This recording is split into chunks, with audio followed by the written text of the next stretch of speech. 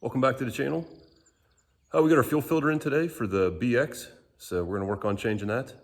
I'll show you where it's at, the aftermarket filter that I put on, and we'll get into changing it. Since I don't have a loader on my BX, I mounted this filter. It's an aftermarket filter I purchased to eliminate the factory filter that's up under the seat or on the underside of the tractor. So it's a Raycor filter. You see there's R12T. It's a filter and water separator. I just made this metal bracket back here, bolted it up in what I believe is where the front loader would mount. And then this filter plate came with the filter, obviously as a whole kit, so I just mounted that up to the metal plate I had. I ran hoses directly from the fuel tank to this filter, then back to the fuel pump. So I haven't changed this yet, it's the first time, so we'll get started here. This would have been easier when I had the mower deck off previously, but like I said, I didn't have the filter, so. I got a coffee can here, it's an old coffee can, it's clean inside. And then it's have a real short piece of tubing just to get since I'm not right underneath the filter, so.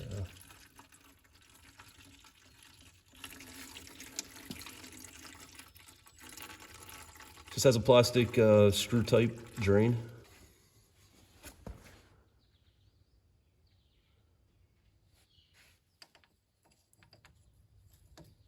This is a vent plug. I'm gonna break it loose.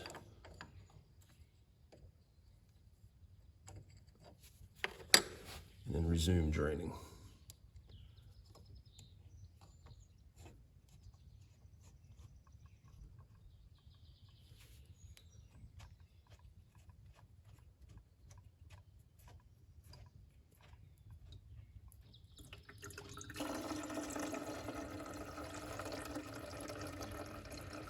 Did lose a little fuel out of the vent plug there, unfortunately. I don't know if you can see that there, the bottom of the filter canister just drained. So I'll put the vent plug back in.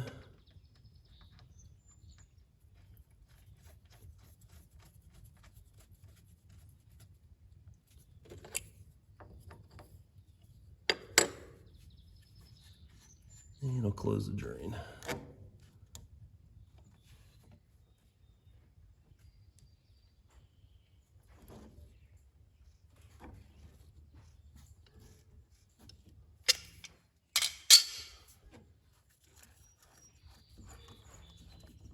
You just want to be careful, the bottom there, the bottom can or whatever you want to call it here is plastic. So you just want to be careful you don't damage that. Like I said, so this plastic piece here, that comes off pretty easily. There is a little bit of dirt and sediment, so I'll get that cleaned up. This is the filter. This is what you would replace. I did not go with a Raycor replacement. I'll show you here as soon as I get the diesel off my hands. I'll show you what I went with for replacement filter. Got the bottom part of the filter here, the clear plastic tray. Got it cleaned up, wiped out. There was a little bit of dirt in the bottom. So it's cleaned up. I will get some diesel fuel on this O-ring before I put it on the filter. So here's the filter I went with. I went with a Wix just because it was easy to get. Has the same filter capabilities. I believe it's either a 5 or a 2 micron, but this Wix filter has the same filter capability that the Raycor did.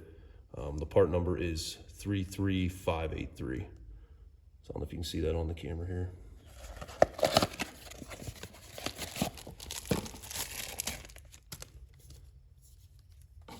So it does come with, as you can see, it's basically the same. Here's the part number again. Same thing we took out. And it does come with a new O-ring for this bottom canister, so I'll go ahead and replace that. Let's dip the O-ring in a little diesel fuel here.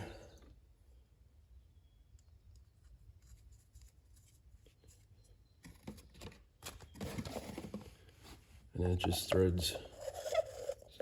If you have one of these, just be careful. It's a plastic Obviously this bottom part here is plastic, but then the threads where it goes onto the filter is also plastic. So just don't over tighten it. And then I'll get the camera moved here. We'll get some diesel on this O-ring. I'll make sure to wipe off the bottom of the housing and we'll get this installed. Some diesel fuel here on my, I don't know if you can see it or not. Got some diesel on the O-ring there. We'll just get this.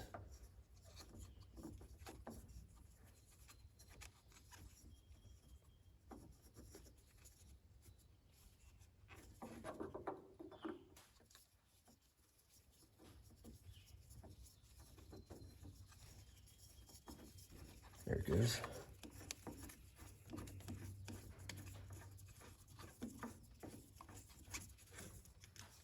All right, it's touched down there. Let me wipe my hands off again.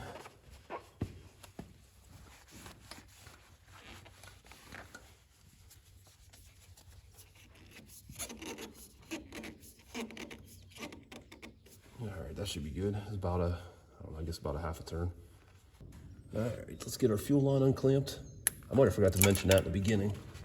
Even with the factory filter, you have to clamp your fuel line off because, like I mentioned, it's prior to the fuel pump when it comes right out of the tank. So if you don't clamp your fuel line off,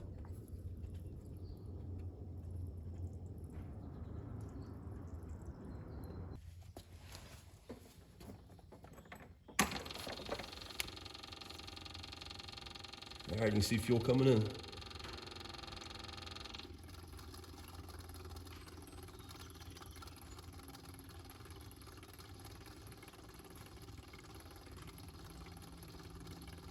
Just gonna let that run for a while.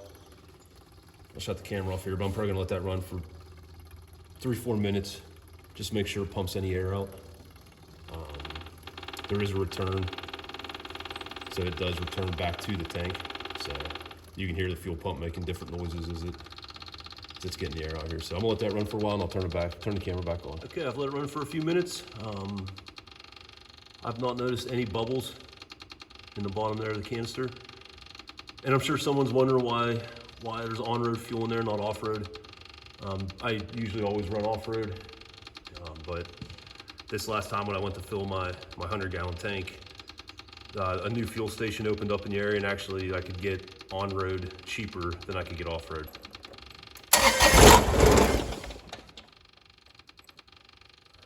Try it again.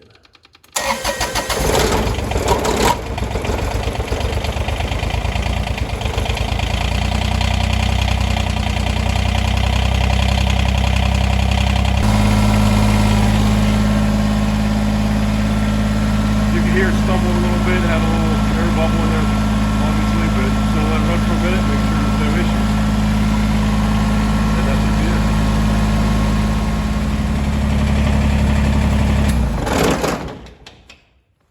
it. All right, I let it run for a few minutes, put it back to idle, smooth. And that little hiccup right when I started it, once it got running smooth right out, so. Like I said, it's the first time I've changed that fuel filter. When I changed the factory filters for the first time, I went to this setup, so I changed that. I don't remember exactly when, I'd have to look at my records, but I changed the factory filter somewhere around, we'll say 150 hours, and I ran this about 400 hours, so.